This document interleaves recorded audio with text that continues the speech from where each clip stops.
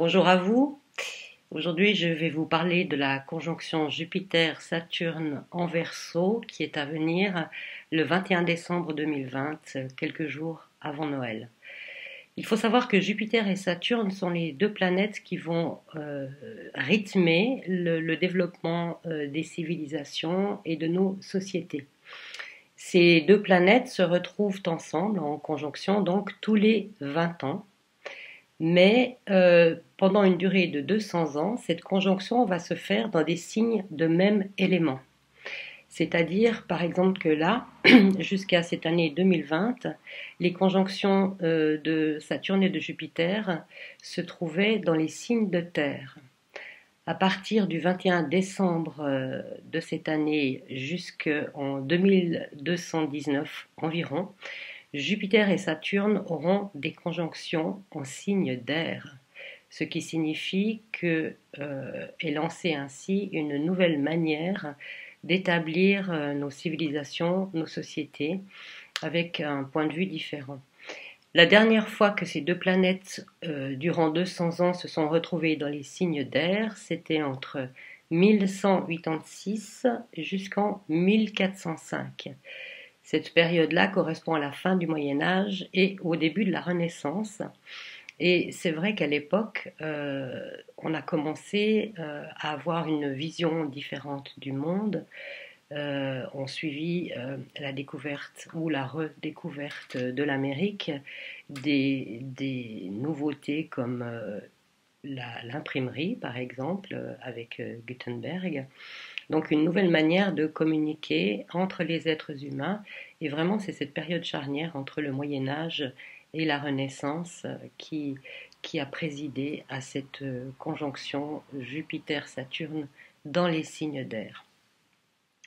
Ça signifie qu'on peut s'attendre pour les 200 ans qui viennent, on est au tout début là, à vivre des transformations au niveau sociétal qui seront très liées à la communication. Les signes d'air, c'est la communication. Probablement qu'ils vont mettre en vedette encore plus l'informatique, tout ce qui est aéronautique. Mais c'est surtout cette idée de communication et avec le signe du Verseau, qui est un signe de la société, de l'avenir social et de la fraternité aussi, une demande d'entrer en relation les uns avec les autres, de créer des sociétés qui soient construites sur quelque chose de plus humain. Le Verseau, c'est l'humaniste par excellence. Donc, on voit qu'avec cette entrée de Jupiter et Saturne dans le signe du Verseau, nous sommes conviés à revoir notre manière de fonctionner, qui soit moins basée sur quelque chose de matérialiste, on va dire, puisqu'on quitte les signes de terre, et quelque chose qui a un élan plus spirituel. Néanmoins, il s'agit d'une spiritualité très concrète, une spiritualité de l'expérience. Jupiter représente la foi, l'enthousiasme, l'organisation sociale, avec Saturne qui représente aussi les structures de l'organisation sociale, et Saturne a ce côté qu'il demande d'incarner quelque chose, d'agir dans le monde. Donc, bien qu'on rentre dans un cycle d'air qui devrait mettre en avant cet aspect de spiritualité, c'est une spiritualité qui est très concrète, qui est demandée, et non pas une spiritualité de retrait où on demeurerait déconnecté de la réalité, où on ferait des moments où on se retire pour aller méditer, des couvents, des choses comme ça. Bon, bref, en fait, il s'agit vraiment d'être dans la société et de s'impliquer. En astrologie médiévale et ancienne, les conjonctions de Jupiter et Saturne ont toujours représenté la mort du vieux roi et la naissance du nouveau. Donc, on peut éventuellement augurer qu'avec cette conjonction de Jupiter et Saturne, des personnages de premier plan que nous avons l'habitude de voir vont probablement disparaître de la scène tant politique qu'économique et devraient être remplacés par d'autres personnes. Avec cette conjonction également, on peut dire que les vieilles structures obsolètes, que ce soit au niveau de l'économie, de l'organisation, sont destinées à être lâchées pour aller vers quelque chose de nouveau, un renouveau. Alors, on peut penser que dans le contexte actuel, que nous vivons avec cette crise sanitaire, cette crise du Covid, et surtout ces problèmes au niveau économique, eh bien, on assisterait à la chute d'une civilisation, tout comme il y a eu la chute de la civilisation romaine ou égyptienne dans l'Antiquité. C'est vrai en partie, mais pas complètement, parce que c'est pas tant la fin d'une civilisation en attendant le démarrage d'une nouvelle que la fin d'un paradigme. Et la fin d'un paradigme, ce que c'est qu'un paradigme, c'est une façon de voir le monde qui est en train de changer. Une manière complètement différente d'appréhender la vie en société, la vie en communauté.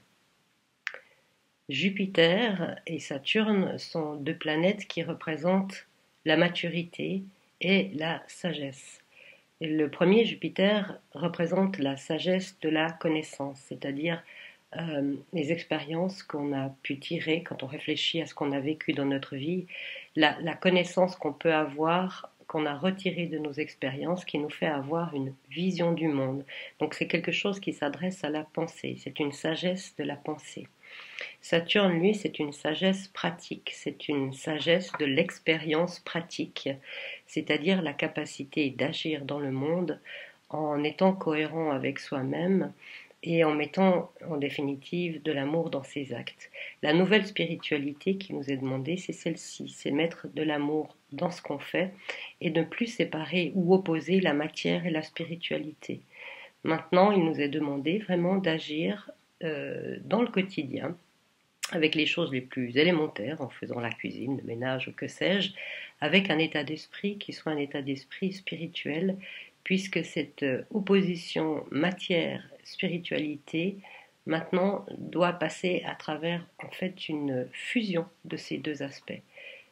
Se rendre compte que la matière est, elle aussi, spirituelle, et le fait de se rendre compte de ça et d'agir avec cet état d'esprit-là, c'est ce qui fait que la matière, peu à peu, va pouvoir retrouver toute sa noblesse et on va pouvoir, en tant qu'être humain, agir avec une sorte de reconnaissance de l'esprit à travers la matière. C'est ça aussi que cette conjonction peut nous inviter à faire, outre le fait qu'il va nous être demandé de devenir chacun nos propres leaders. On a été éduqués d'une façon où on nous a appris que voilà, il fallait penser d'une certaine manière, suivre les avis des gens qu'on estime eux-mêmes être sages. Mais en fait, à partir de l'année 2021 notamment, ce qui va nous être demandé, c'est de libérer l'être que nous sommes, de prendre conscience de notre individualité, c'est aussi ce que représente le Verseau, afin d'agir en fonction de qui on est et de devenir notre propre leader. Jupiter, c'est la planète du leadership et Saturne, c'est la planète de la structure, du concret. Et en même temps, c'est aussi une planète qui nous permet de mettre des limites. Donc, on est encouragé à devenir nos propres leaders, à suivre la voie de notre cœur, mais pas en repoussant les autres, mais en s'associant aux autres, parce que c'est aussi ce que représente le signe du Verseau, c'est la vie en collectivité, où chacun, parce qu'il est conscient de qui il est capable d'apporter au groupe sa créativité, et inversement, le groupe est chargé d'apporter à l'individualité ce dont elle a besoin. Donc il n'y a plus non plus là d'opposition entre l'individu et le groupe.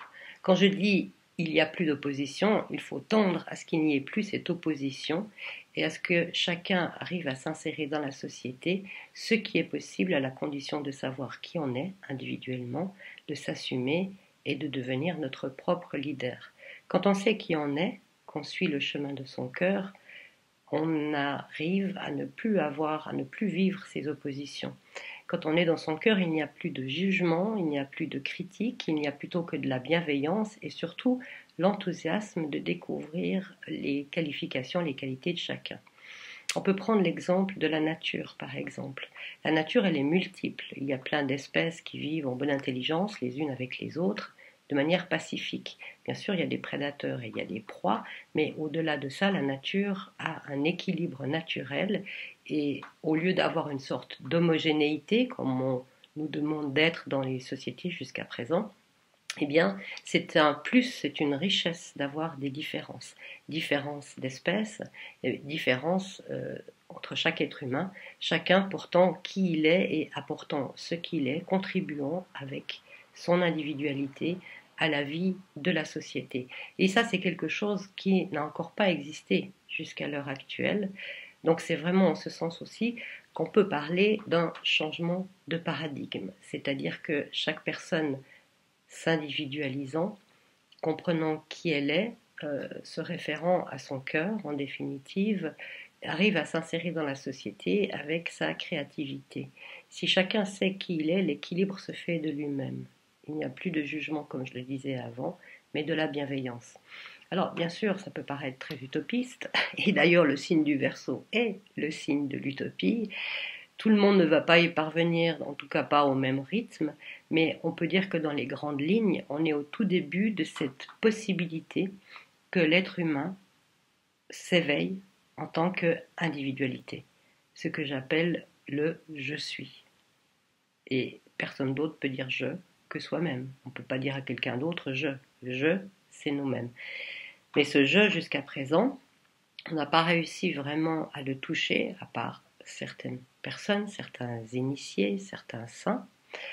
Mais collectivement, l'humanité est appelée dans les décennies, les siècles et les millénaires à venir à découvrir qui elle est. Chaque individu est amené à découvrir qui elle est et à réaliser cet éveil du je. Ce que j'appelle aussi la lumière qui vient, puisque le je, la conscience, en fait, est une lumière. Donc, c'est un assez vaste programme que nous avons là devant nous, qui devrait nous permettre petit à petit de construire une société nouvelle. Ça ne se fera pas sans heurts. L'année 2021 risque d'être une année extrêmement difficile, avec des défis à surmonter. Difficile, mais pas impossible. Il y a une loi spirituelle qui veut qu'on ne peut pas être confronté à ce qu'on n'est pas capable de surmonter. Globalement, l'humanité se trouve à un point carrefour où il lui est demandé, dans l'absolu, de faire un choix entre son individualité, donc la lumière rayonnante de son cœur, ou le matérialisme. Mais d'une certaine manière, le matérialisme commence déjà à être derrière parce que on voit que, même si c'est pas parfait, il y a il y a un éveil qui est apparu au sein de nos sociétés et l'envie de vivre ensemble différemment avec quelque chose qui soit universel et non pas mondialiste, quelque chose qui soit universel et en même temps local. Donc ça va être dans les dizaines d'années qui viennent, les 2 siècles qui viennent, de trouver cet équilibre entre l'individu et la société, de manière à pouvoir lancer ce nouveau paradigme, commencer à l'explorer en définitive, peut-être par des tâtonnements, mais trouver l'équilibre entre l'individu et la société, entre l'universel et le personnel, ou l'universel et le local. Je pense que dans les années à venir, on va probablement assister à la naissance ou la renaissance d'activités ou de groupes d'individus qui vont se mettre ensemble par affinité profonde au niveau du cœur pour créer des choses localement qui ont du sens, mais qu'ils pourront partager avec l'ensemble du monde, des régions avoisinantes, pourquoi pas. Donc il y a vraiment ce mélange de l'individuel et du collectif et cet équilibre entre les deux et qui est un enrichissement mutuel. L'année 2021 qui s'annonce pour bientôt va être une année qu'on pourrait appeler une année de contraction. C'est-à-dire qu'il va y avoir des moments de contrainte suivis de moments de libération, puis à nouveau des contraintes, à nouveau des libérations, ce qui fait que ce n'est pas forcément très agréable à vivre, mais en même temps ça nous permet de muscler notre volonté et à la fois notre lâcher-prise. Et c'est grâce à ce mouvement-là de contraction, c'est-à-dire libération et contrainte, qu'on va être incité à faire des allers-retours entre notre cœur, ce que nous ressentons profondément en nous, et ensuite la manière de mettre en avant, de vivre concrètement ce qu'on a ressenti. Aller profondément en soi, ressentir qui on est, et ensuite manifester à l'extérieur ce que l'on a ressenti de nous dans notre cœur. C'est vraiment une année de contraction qui nous attend. Et en même temps, on va vivre des moments merveilleux et des moments évidemment moins faciles, mais certainement avec des hauts et des bas qui seront beaucoup plus marqués que ce qu'on a pu connaître jusqu'à présent. L'image que j'ai souvent par rapport à ce genre de situation-là, évidemment, ça ne s'adresse pas qu'à l'année 2021, parce que je pense que ça va continuer encore pendant longtemps pour qu'on arrive vraiment à un changement total de paradigme. Mais l'image que j'ai, c'est un petit peu... vous voyez, j'ai l'image d'une... On va prendre un fruit à coque, l'amande par exemple. L'amande, le fruit, est bien à l'abri à l'intérieur de la coque. On peut considérer d'une certaine manière que la coque représente l'ego, qui protège et en même temps peut-être par certains côtés qui empêche le fruit, c'est-à-dire l'âme ou le je, de s'exprimer. Cette coque, elle est nécessaire. Elle est nécessaire pour protéger le fruit avant qu'il soit suffisamment mature pour pouvoir faire éclater la coque et finalement s'épanouir. Eh bien, l'ego, c'est la même chose. Il a sa nécessité, il l'a eu jusqu'à présent, et petit à petit, sa nécessité va commencer à disparaître afin que notre je suis, la graine, l'amande à l'intérieur de la coque, puisse émerger. Et on est au tout début de ce processus. Si on arrive à comprendre ça et à ne pas se mettre en bagarre avec son ego, parce que définitivement, voilà, c'était une nécessité, on va arriver petit à petit à trouver cet équilibre et de plus en plus de personnes vont pouvoir fleurir au-delà de cette coque de l'ego. Quand je fais ces vidéos, mon intention est de présenter certes un contexte global, mais de m'intéresser plutôt à ce que pour chacun, il y a un message à prendre, savoir comment, dans un contexte particulier, on peut développer certaines aptitudes et certaines qualifications. Donc le plus important, c'est pas de faire des prédictions, et d'ailleurs, de toute façon, l'astrologie n'est pas prédictive. L'astrologie, c'est plutôt un moyen de rencontrer, de voir à l'avance quels sont les défis qu'on aura à relever, mais comment nous relèverons ces défis, si nous allons y arriver, de quelle manière, eh bien ça, ce n'est pas indiqué par l'astrologie. On sait juste qu'il y a des échéances. Après, nous avons notre libre arbitre. Évidemment, le libre arbitre au niveau d'une société est beaucoup plus difficile à concevoir qu'au niveau de l'individu. On peut même considérer qu'une société, un ensemble, un groupe de personnes n'a pas vraiment de libre arbitre. Le libre arbitre, c'est quelque chose qui appartient à l'individualité. Mais en même temps, si chaque individu commence à développer son libre arbitre, il est évident que les sociétés vont changer elles-mêmes aussi. Donc, quelles que soient les choses qu'on puisse voir autour de nous, quels que soient les événements qui puissent arriver, qui soient désagréables, qui puissent effrayer, on a déjà eu pas mal avec le Covid et certaines restrictions, le plus important, c'est là-dedans, dans ces contraintes en définitive, qu'est-ce qui peut émerger de nous? Si je reprends l'exemple de l'amande, on peut avoir l'impression que c'est le casse-noix qui essaye de casser la coque de l'amande pour pouvoir en faire sortir le fruit, l'amande elle-même. Si vous voyez les choses comme ça, si vous voyez ces contraintes comme étant un appel à laisser émerger le meilleur de nous, je pense que vous avez une vision juste des choses.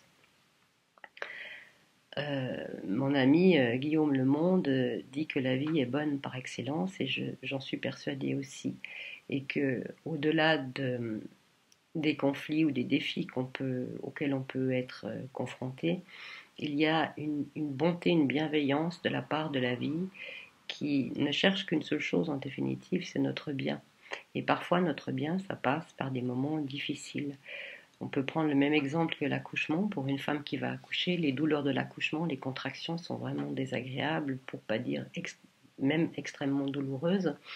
Mais quand elle a son enfant, elle oublie ces douleurs-là. Finalement, globalement, c'est ce qu'on est en train de vivre, hein. C'est l'accouchement d'un monde nouveau qui ne va pas se faire comme ça en quelques années. Ça va prendre beaucoup de temps, mais il y a des étapes comme ça. Et plus on est capable d'aller à l'intérieur de nous donner du sens, et ça aussi c'est un mot capital, donner du sens, plus on peut donner du sens à ce qu'on vit, mais un sens spirituel, un sens positif, un sens de croissance, et mieux on va vivre cette période difficile. Je sais que c'est pas évident.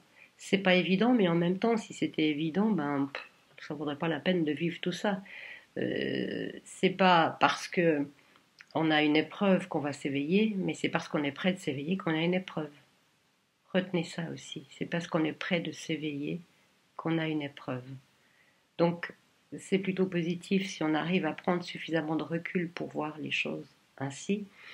On aura plus de légèreté dans notre vie, plus de joie aussi, parce que même si la situation extérieure est difficile, rien ne nous empêche de pouvoir cultiver cette joie, cette espérance, en sachant que il y a quelque chose à traverser, mais que en traversant ça, c'est notre propre lumière qui émerge. Donc ça peut nous donner la pêche. Je veux faire encore une petite parenthèse par rapport à cette conjonction Jupiter-Saturne dans le signe du Verseau. Alors là, ça concerne plutôt effectivement quelque chose de collectif. Pas vraiment une prédiction, mais ça peut y ressembler. Le signe du Verseau, il est traditionnellement rattaché à la Russie. Et le fait que cette conjonction Jupiter-Saturne se fasse dans le signe du Verseau, au tout premier degré du signe du Verseau, nous montre que d'une certaine manière, la Russie, dans les 20 ans ou probablement les 200 ans qui viennent, est destinée à jouer un rôle majeur, un rôle de leader. Il n'est pas impossible non plus dans les années qui viennent, pas tout de suite, mais d'ici dans les 20 ans qui viennent, il y ait des gens qui émigrent vers le nord. Alors, on verra les conditions, comme elles seront d'ici là. On dit qu'on est sur une planète qui est totalement surpeuplée, ce qui est vrai et faux à la fois. Mais si on considère que des territoires aussi gigantesques que la Russie, l'Alaska ou le Canada sont finalement très peu habités, que le climat continue à se réchauffer et qu'il devient plus difficile de vivre dans des latitudes plus en direction de l'équateur, ce serait presque logique de voir que des sociétés, des personnes, des groupes de personnes émigrent vers le nord, là où les conditions de vie seraient plus favorables et là où il y a des millions d'hectares où on en trouve quasiment personnes qui vivent sur place. Mais voilà, ça c'est peut-être aller un petit peu trop loin. Néanmoins, si on revient à cette histoire, la Russie probablement va commencer à jouer un rôle beaucoup plus important sur la scène mondiale parce que avec cette conjonction Jupiter-Saturne dans le signe du Verseau qui la représente, elle est vraiment mise en avant, mise en vedette. Le signe du Verseau, c'est le signe de l'avenir. Nous avons la possibilité à l'heure actuelle de le penser et d'agir comme s'il était déjà là. Et c'est ce que nous propose cette conjonction Jupiter-Saturne, agir comme si cet avenir auquel nous aspirons est déjà là, puisque Jupiter sait jouer notre rôle et Saturne sait l'incarner. Donc c'est vraiment quelque chose de très très concret. Voilà, je voudrais terminer en vous disant que nous sommes tous des lumières, nous avons tous en nous toutes les ressources nécessaires pour traverser cette période. Elle sera sans doute difficile, mais on va découvrir à travers elle beaucoup de solidarité, de bienveillance, de créativité et peut-être, sans doute, allons-nous être surpris de ce que nous portons en nous, que nous ne connaissions pas encore et qui ne s'éveille que dans ces moments qui ne sont pas faciles. Voilà.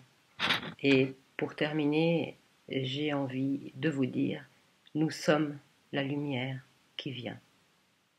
Vous pouvez vous répéter cette phrase, je suis la lumière qui vient, parce que c'est une réalité, parce que c'est notre destinée, parce que nous sommes les hommes et les femmes de demain et pouvons déjà, à l'heure actuelle, l'incarner peu à peu, avec patience, avec bonté, avec bienveillance, avec générosité envers nous-mêmes. À tout bientôt pour une prochaine vidéo.